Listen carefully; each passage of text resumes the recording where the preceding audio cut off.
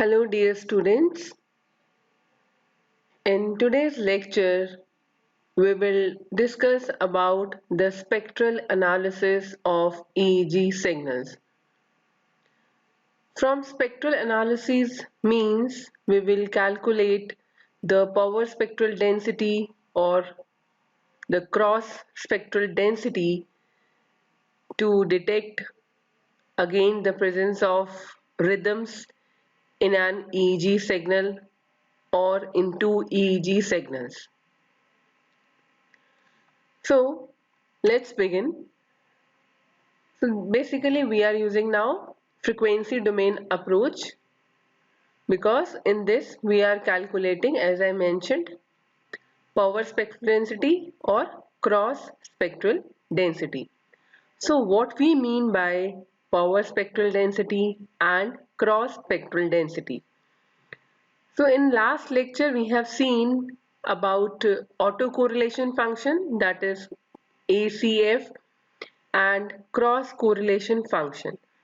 So when we take the Fourier transform of this autocorrelation function or cross correlation function, it gives us the power spectral density and the cross spectral density respectively. So you can see the Fourier domain equivalent of the autocorrelation function, that is ACF, and the Fourier domain equivalent of the same is known as power spectral density, and it can be calculating using the formula as mentioned. So S is for spectral density, XX means, because we are referring autocorrelation function, means in this we are taking same signal which is correlating with itself. So it is XX, and it is in Fourier transform, Fourier domain, so we are keeping F. So Fourier transform of the autocorrelation function, that means if I talk in frequency domain, that will be the multiplication of Fourier transform of the signal with the conjugate of Fourier transform of the same. So it is XF into conjugate of XF. So it will give mod XF square. That is the power spectral density. Similarly, the Fourier domain equivalent of the cross correlation function, it will be cross spectral density, that is CST. Now it is Fourier, because now we are using cross correlation, means we have two different signals X and Y. So we are keeping here X, Y. F is again representing the Fourier domain. So we are calculating Fourier transform of that cross correlation function, and it is again in frequency domain the Fourier transform of X into the conjugate of Fourier transform of Y. So XF into conjugate of YF. So that is the power spectral density and the cross spectral density. Now what actually these power spectral density or cross spectral density gives us, so we'll see some illustrations. The power spectral density displays peaks at frequencies corresponding to periodic activities in the signal, and we can use this property for the detection of rhythms, as we have seen that we have used autocorrelation function and cross correlation function. So similarly we can also use, and it is better to use, this power spectral density and cross spectral density. We will see with some illustrations why it is better to detect the rhythms in EEG signals. Mainly we will see the application based on the presence of alpha rhythm, that is to detect the presence of alpha rhythm indicated by a peak or multiple peak, and in the neighborhood of, as we know, that alpha waves mainly range in 7 to 12 hertz of frequency. It can be 8 to 13 also, so normally we are taking 7 to 12 hertz. And the cross spectral density, it will display peak at frequencies that are present in both the signals being compared. So again Power spectral density means we are taking one signal and we are relating to that particular signal itself. And in cross spectral density, we are comparing, we can say, the two different signals, like in autocorrelation function and cross correlation function.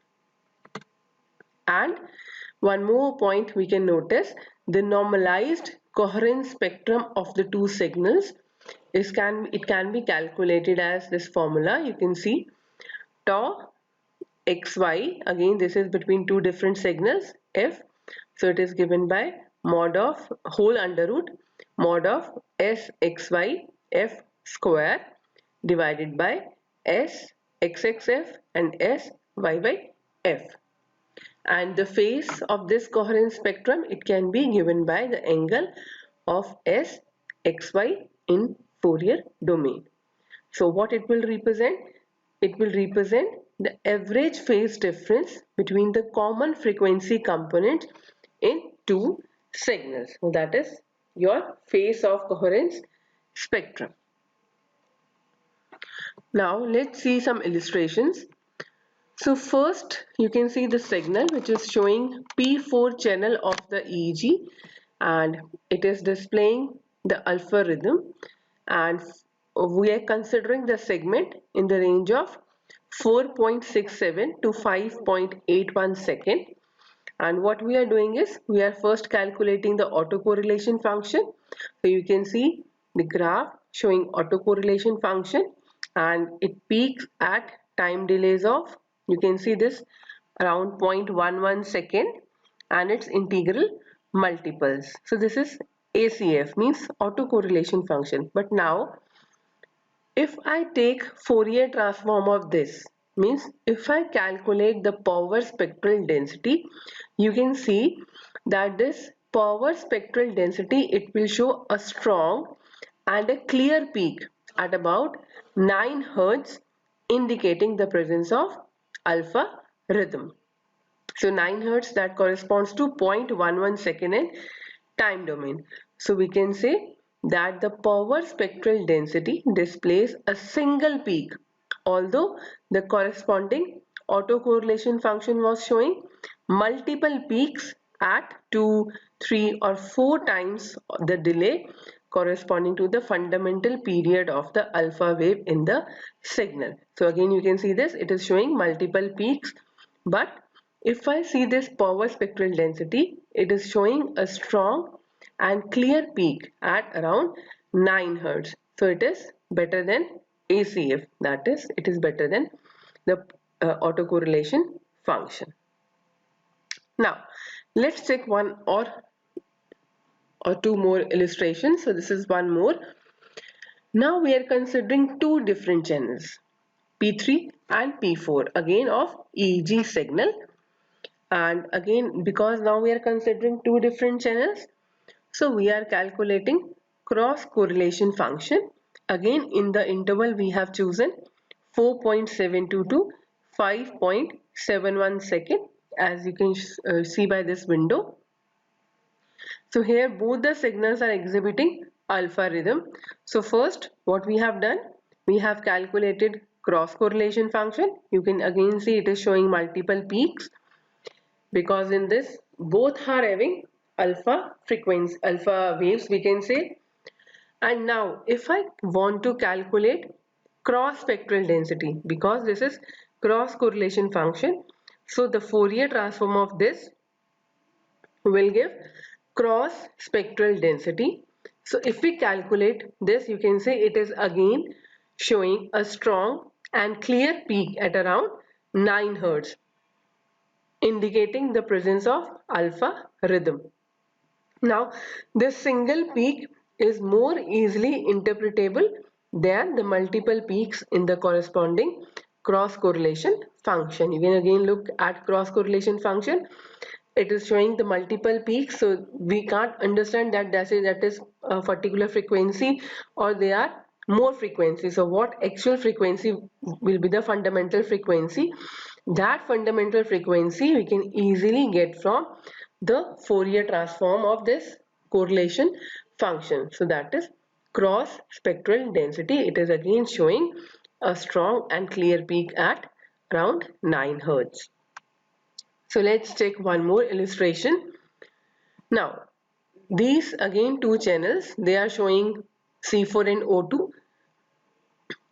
Now we are considering the range 5.71 to 6.78 second, and if you see in this, O2 has the alpha rhythm but C4 is not having, it is missing that activity.